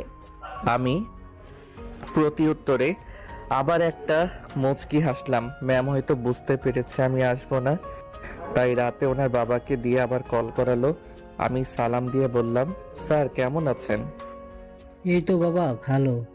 শোনো, যে কারণে তোমাকে কল দিয়েছি তা হলো কাল কিন্তু তোমাকে থাকতেই হবে। না মানে স্যার, আমার মানে টানে বাদ, কাল তুমি সবার আগে আসবে। ব্যাস, রাখছি। কি আর করার। পরের দিন বিকালে ওদের বাসার উদ্দেশ্যে রওনা দিলাম। বাসার সামনে যেতেই দেখি নীলা দাঁড়িয়ে। রিক্সা থেকে নামলাম, ও আমার সামনে এসে দাঁড়ালো। আসতে কোনো সমস্যা হয়নি তো তোমার? জি না ম্যাম। আচ্ছা চলো। কিছু না বলে ভিতরে যেতে লাগলাম। ম্যাম আমার পিছন পিছন আসতে লাগলো। ভিতরে গিয়ে দেখলাম অনেকেই চলে এসেছে। আমি সোজা স্যারের সাথে দেখা করতে চলে গেলাম। কেমন আছেন স্যার? এই তো ভালো বাবা, তুমি এসেছো? যাও সবার সাথে কথা বলো। আমি সবার সাথে কথা বলতে লাগলাম। নীলা যেন কোথায় গিয়েছে। মেয়েটাকে আজ পরীর মতো লাগছে। কিছুক্ষণ পর রুমা আসলো। এসেই তার ঢং মার্কা কথা, তুমি আগে চলে আসছো আর আমি তোমার সাথে আসতে চেয়েছি। তুমি না একটা থাক আর বলতে হবে না। আচ্ছা চলো ওখানে গিয়ে বসি। হ্যাঁ চলো। রুমার সাথে বসে কথা বলছি, তখন কোথা থেকে নীলা এসে আমার হাত ধরে টানতে লাগলো। আরে কি হয়েছে ম্যাম? দেখে তো মনে হয় রেগে আছে। টানতে টানতে উপরের বারান্দায় নিয়ে গেল, একটা দোলনাতে নিয়ে বসালো, আরও নিজে আমার সামনে চেয়ার টেনে বসলো। আমার দিকে চোখ দুটো বড় বড় করে তাকিয়ে আছে। এইভাবে তাকালে আমি অনেক ভয় পেয়ে যাই। ম্যাম এইভাবে তাকিয়ে আছেন কেন? আর এখানে নিয়ে আসলেন কেন? ম্যাম কিছুটা চিৎকার দিয়ে বলল, তুমি জানো না কেন তাকিয়ে আছি? শোনো, তুমি আমার রাগ বাড়িও না। তুমি জানো রাগ উঠলে আমি রাগ কন্ট্রোল করতে পারি না। নীলা কিছুক্ষণ চুপ থেকে বলল, কি খাবে? না কিছু না। তুমি না খেলেও আজ আমি খাবো। নীলা একটা দুষ্টু হাসি দিয়ে বলল, কি? তোমার ঠোঁট। এই বলে আমার ঠোঁটের উপর হামলা করলো। চুমু দিয়ে ধরে রেখেছে তো ধরেই রেখেছে, ছাড়ার নামই নেই। আমি আর না পেরে ওর পিঠ খামচে ধরলাম। কিছুক্ষণ পর হঠাৎ ওর বান্ধবীরা চলে আসলো। ও সরি ভুল সময় চলে এসেছে। নীলা এবার ওদের কথায় আমাকে ছেড়ে দিল। আমি হাঁপাচ্ছি। নীলা একটু দম নিয়ে তার বান্ধবীদের বলতে লাগলো, কি হয়েছে? তোদের আসার আর সময় নেই, চলে এসেছিস? দেখছিস যে আমরা দুজন একসাথে আছি, তোদের মন চায় তোদের জন্য। আর কিছুক্ষণ পারলাম না। ওর এই কথা শুনে ওর বান্ধবীরা হেসে বলল, তাহলে আমরা আসি? না থাক, যাওয়া লাগবে না, ওর সাথে পরিচয় হয়ে নে। আমি ভালো করে তাকিয়ে দেখলাম এরা তো তারাই যারা আমাকে আগে অপমান করেছিল। এবার আমি নীলাকে বললাম, আমার মতো ছোট লোকের সাথে কি ওনারা পরিচিত হবে? সরি ভাইয়া, সেদিন বুঝতে পারিনি যে নীলা আপনাকে এত ভালোবাসে। আসলে কিন্তু আমি একটা ছোট লোক। সরি তো ভাইয়া, আমরা বুঝতে পারিনি। আমরা তো আপনার ছোট বোনের মতোই। ওই দিনের কথা ভুলে যান প্লিজ প্লিজ। আচ্ছা ঠিক আছে। আচ্ছা নীলা, আমরা যাই, তুই তোর কাজ সার। ওরা চলে গেল। নীলা আমার দিকে ঘুরে তাকালো। কাছে আসো। কেন? বাকিটা সেরে নেই। বাকিটুকু মানি? তুমি আসো তো, এত বোঝাতে পারবো না। আজ কোনো বাধা দিবে না আমাকে। আমার মন যতক্ষণ না ভরে ততক্ষণ ছাড়ছি না তোমাকে। এই কথা বলে নীলা আমার উপর ঝাঁপিয়ে পড়ল। আমি সত্যি নীলাকে কোনো বাধা দিতে পারিনি। অনেকক্ষণ পর নীলা আমাকে ছেড়ে দিল। আমার ঠোঁট জোড়া লাল হয়ে গেছে, চোখ জোড়া আগুন হয়ে গেছে। ওর মতিগতি ভালো না দেখে আমি পাশ কাটিয়ে নিচে দৌড় দিলাম। এই কোথায় যাও? এখনো হয়নি তো আমার, এদিকে আসো। নীলা পিছন থেকে বলতে লাগলো। আমি এই কথা শুনে আরো জোরে দৌড়িয়ে নিচে চলে এলাম। নিচে যেতেই রুমা এসে ধরলো। তোমাকে কতক্ষণ ধরে খুঁজছি, তুমি কোথায় গিয়েছিলে? উপরে ছিলাম। তোমার চোখ এমন কেন? ঠোঁট জোড়া লাল হলো কিভাবে? কি হয়েছে আমাকে বলো তো। রোমাকে কিছু বুঝে ফেললো নাকি? কই কি হয়েছে? গরম চা খেতে গিয়ে এমন হয়েছে। ও, আমি তো অন্য কিছু মনে করেছি। আচ্ছা চলো ওই দিকে চলো। কিছুক্ষণ পর খাওয়ার সময় হয়ে গেল। আমরা বসে গেলাম খেতে। খাবার যেই মুখে দিতে যাব তখন কে যেন হাত ধরলো। তাকিয়ে দেখি নীলা। কি ব্যাপার ম্যাম? তুমি এখানে খাচ্ছ কেন? তো কোথায় খাবো? ভেতরে আমার সাথে। সরি, সবাই যেহেতু এখানে খাচ্ছে আমিও এখানে খাবো। নীলা কিছুটা রেগে বলল। ওই, তুমি আর সবাই এক হলে নাকি? তাছাড়া বাবা তোমাকে ভেতরে যেতে বলেছে। কি আর করার, স্যার যেহেতু বলেছে তাহলে তো যেতেই হবে। ওনার সাথে ভিতরে গেলাম। উরি মা, এত খাবার কে খাবে? কি ব্যাপার, দাঁড়িয়ে আছো কেন? বসো। আমি বসলাম, নীলাও বসলো। স্যার কোথায়? কিছুক্ষণ পর স্যার আসলেন। আমি, নীলা আর ওর বাবা খাচ্ছি। খাওয়ার মাঝে নীলার বাবা বলল, শোনো জনি, আমার মেয়েটা এতটাও খারাপ না যতটা তুমি ভাবো। আমি এবার খাওয়া রেখে ওনার দিকে তাকালাম। উনি কেন আমাকে এসব কথা বলছেন? উনি আবার বলতে লাগলেন, আমার মেয়েটা উপরে একটু রাগী, কিন্তু ওর ভিতরটা একদম নরম, একেবারে ওর মায়ের মতো। নীলা বাকিটুকু এমন হয়েছে ওর মা নেই বলে। ওর মা ও খুব ছোট থাকতেই মারা যায়। কিছুক্ষণ চুপ থেকে আবার বলল, নীলাকে কখনো কারো জন্য কাঁদতে দেখিনি, কিন্তু তোমার জন্য ও প্রায় কাঁদে, যা আমার চোখ এড়ায় না। এবার চুপ করো তো। খাওয়ার ভেতর এত কথা বলে কেউ? আমি নীলার দিকে তাকালাম। ও মাথা নিচু করে আছে, লজ্জায় নাক কান গাল লাল হয়ে আছে। যা লাগছে না এখন ওকে। আমি খেয়ে উঠতে ও নিজের খাওয়া রেখে টাওয়েলটা এগিয়ে দিল। আমি হাত মুছে স্যারের কাছ থেকে বিদায় নিয়ে চলে আসব, তখন ম্যাম আমার হাত ধরে বলল, আজকে থেকে গেলে হয় না? এইটা কি আমার কোনো রিলেটিভের বাসা নাকি যে থেকে যাব?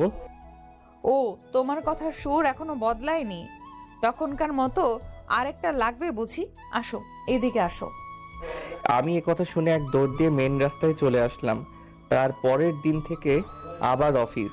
নীলা ম্যামকে দেখলে আগের মতো মন মরা লাগে না, একটু খুশি খুশি মনে হয়। তো সেদিন অফিসে বসে কাজ করছি, তখন রুমা আসলো আমার ডেস্কে। রুমাকে কেমন উত্তেজিত মনে হচ্ছে। আমাকে হুট করে বলে ফেললো, জানি তোমার সাথে আমার কিছু কথা আছে। হ্যাঁ বলো। এখানে না, ক্যান্টিনে চলো, সেখানে কফি খেতে খেতে বলি। দেখছো না হাতে কাজ, এখানেই বলো। রুমা আমার হাত ধরে টানতে টানতে নিয়ে গেল আর বলতে লাগলো, আমি জরুরি কথা না বলে থাকতে পারবো না, চলো। ক্যান্টিনে বসে আছি অনেকক্ষণ ধরে, কিন্তু রুমা কিছু বলছে না। কিছু তো বলো, কাজ রেখে এসেছি তো। বলতেছি তো। বলো, তাড়াতাড়ি বলো। রুমা হট করে আমার হাত ধরে দ্রুত বলে দিল, জনি, আমি তোমাকে ভালোবাসি, ভীষণ ভালোবাসি। আমি হাত ছাড়িয়ে বললাম, কি বলছো তুমি এসব? আমি সত্যিই তোমাকে ভালোবাসি। ম্যামের মতিগতি ভালো লাগছে না, তাই তোমাকে এত তাড়াতাড়ি বলে দিলাম। দেখো, আমি তোমাকে ভালোবাসতে পারবো না। কেন? কারণ আমি একজনকে ভালোবাসি। কে সে? আমাদের নীলা ম্যামকে।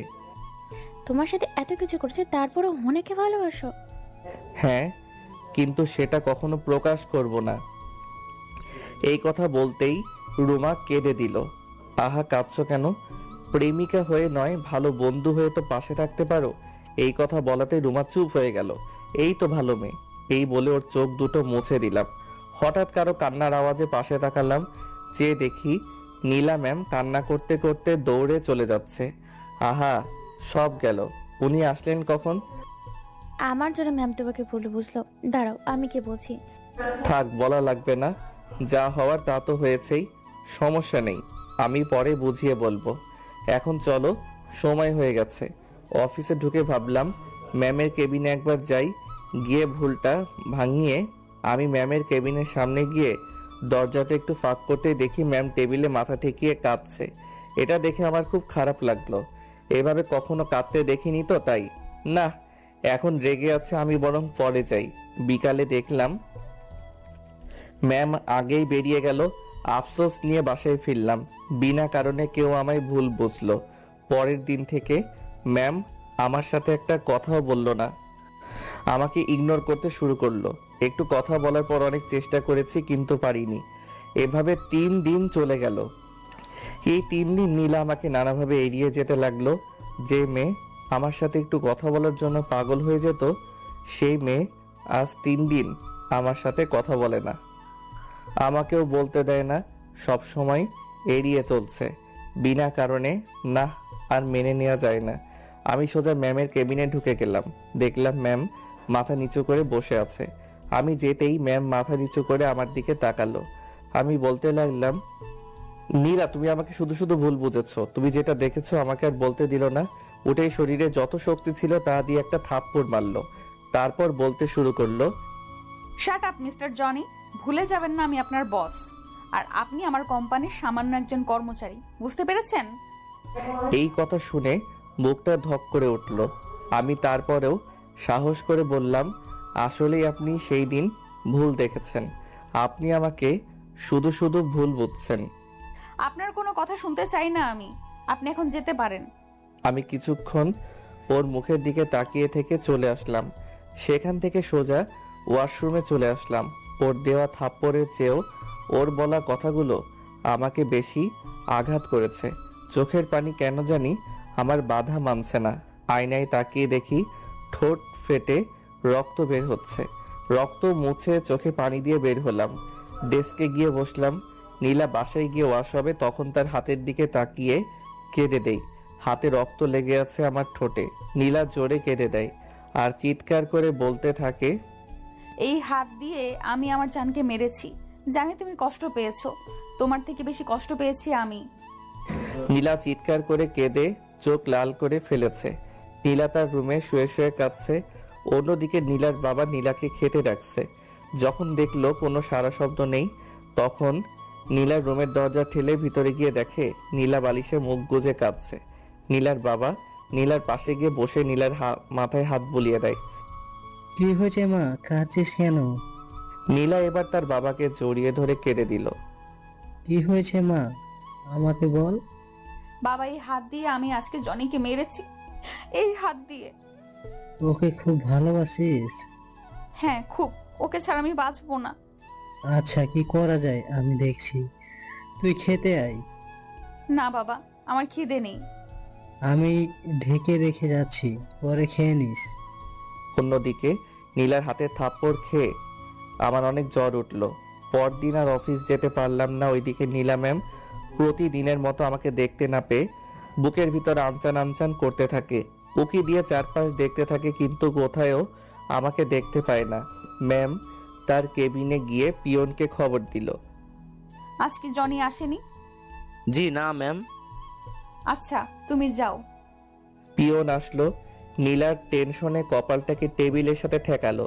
চোখের কোণ থেকে পানি বেয়ে বেয়ে পড়ছে। হঠাৎ কারো গলার আওয়াজে উপরে তাকালো। চেয়ে দেখে রুমা। ওকে দেখে নিল, তেলে বেগুনে জ্বলে উঠল। তুমি কি চাও এখানে? আমার কাছ থেকে আমার মূল্যবান জিনিস ছিনিয়ে নিয়ে গেলে কেন? বলো, কেন করলে এমন? এখন কি চাইতে এসেছো? আমার সামনে থেকে সরে যাও, চলে যাও আমার সামনে থেকে। এই বলে নীলা টেবিলে মাথা ঠেকিয়ে কাঁদতে লাগলো। রুমা নীলার মাথায় হাত দিল। নীলা এক ঝটকায় হাত ছাড়িয়ে নিল। ছোবে না তুমি আমায়। আমার একটা কথা শুনুন। তারপর রুমা সব খুলে বলল। নীলা এবার আরো বেশি করে কাঁদতে লাগলো। তুমি আগে বলনি কেন? জনি বলতে বারণ করেছে। ও আমার সাথে অভিমান করে আজ আসেনি। তবে একটা সত্যি কথা যে জনি আপনাকে ভীষণ ভালোবাসে। এই কথা বলে রুমা সেখান থেকে চলে আসে। নীলা কাঁদতে কাঁদতে বলে, আমি কি করে ওর সামনে মুখ দেখাবো? কাল ওর কাছে ক্ষমা চেয়ে নেব, দরকার পড়লে পা ধরবো। পরের দিন অনেক কষ্ট করে একটা রিজাইন লেটার লিখলাম। ওর বাবার দেওয়া অ্যাগ্রিমেন্টের ডেট যেহেতু শেষ, সেহেতু আমি চাকরি ছাড়তে পারি। খুব সকালে রিজাইন লেটারটা নিয়ে পিয়নের কাছে দিয়ে আসলাম। নীলা অফিসে গিয়ে আগে আমাকে খুঁজতে লাগলো। কাল রাত থেকে আমার জন্য ব্যাকুল হয়ে আছে। পিয়ন বলে চিৎকার দিতে লাগলো। কি হয়েছে ম্যাম? জনি আসেনি।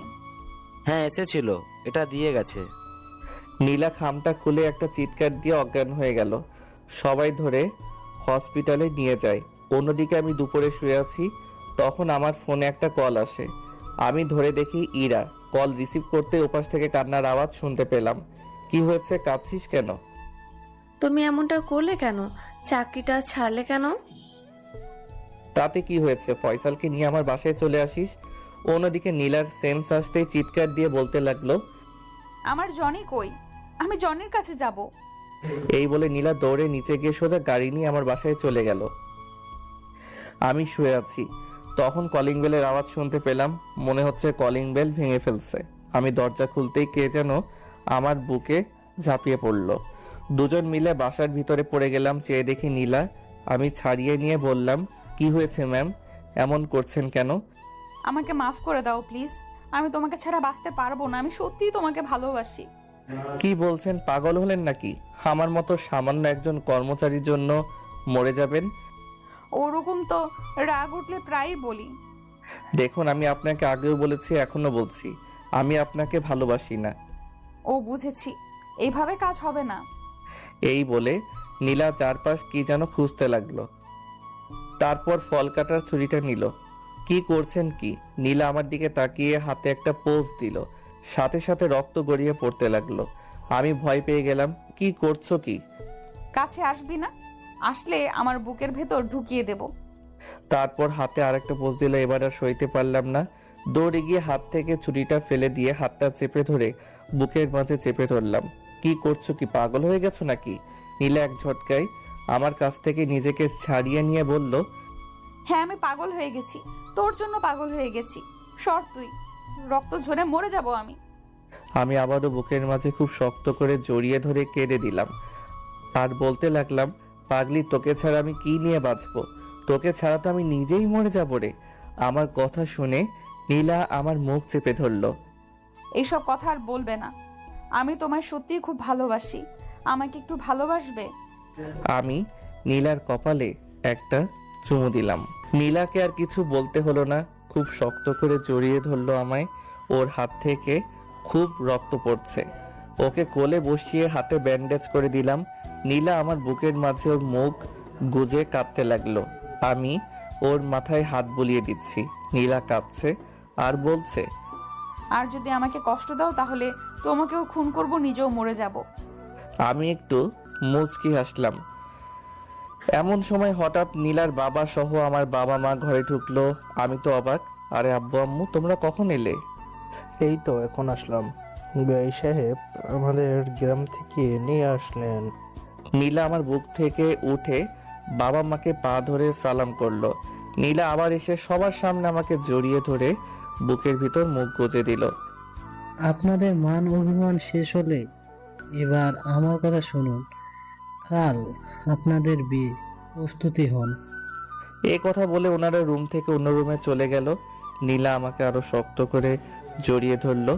পরদিন নীলা আর আমার বিয়ে হয়ে গেল খুব ধুমধাম করে। বাসর রাতে বাসর ঘরে ঢুকতেই নীলা আমার পা ধরে সালাম করলো। আমি নীলাকে বুকে জড়িয়ে নিলাম। নীলা আমাকে খাটের উপর ধাক্কা দিয়ে ফেলে দিল। নীলা আমার উপর উঠে গেল।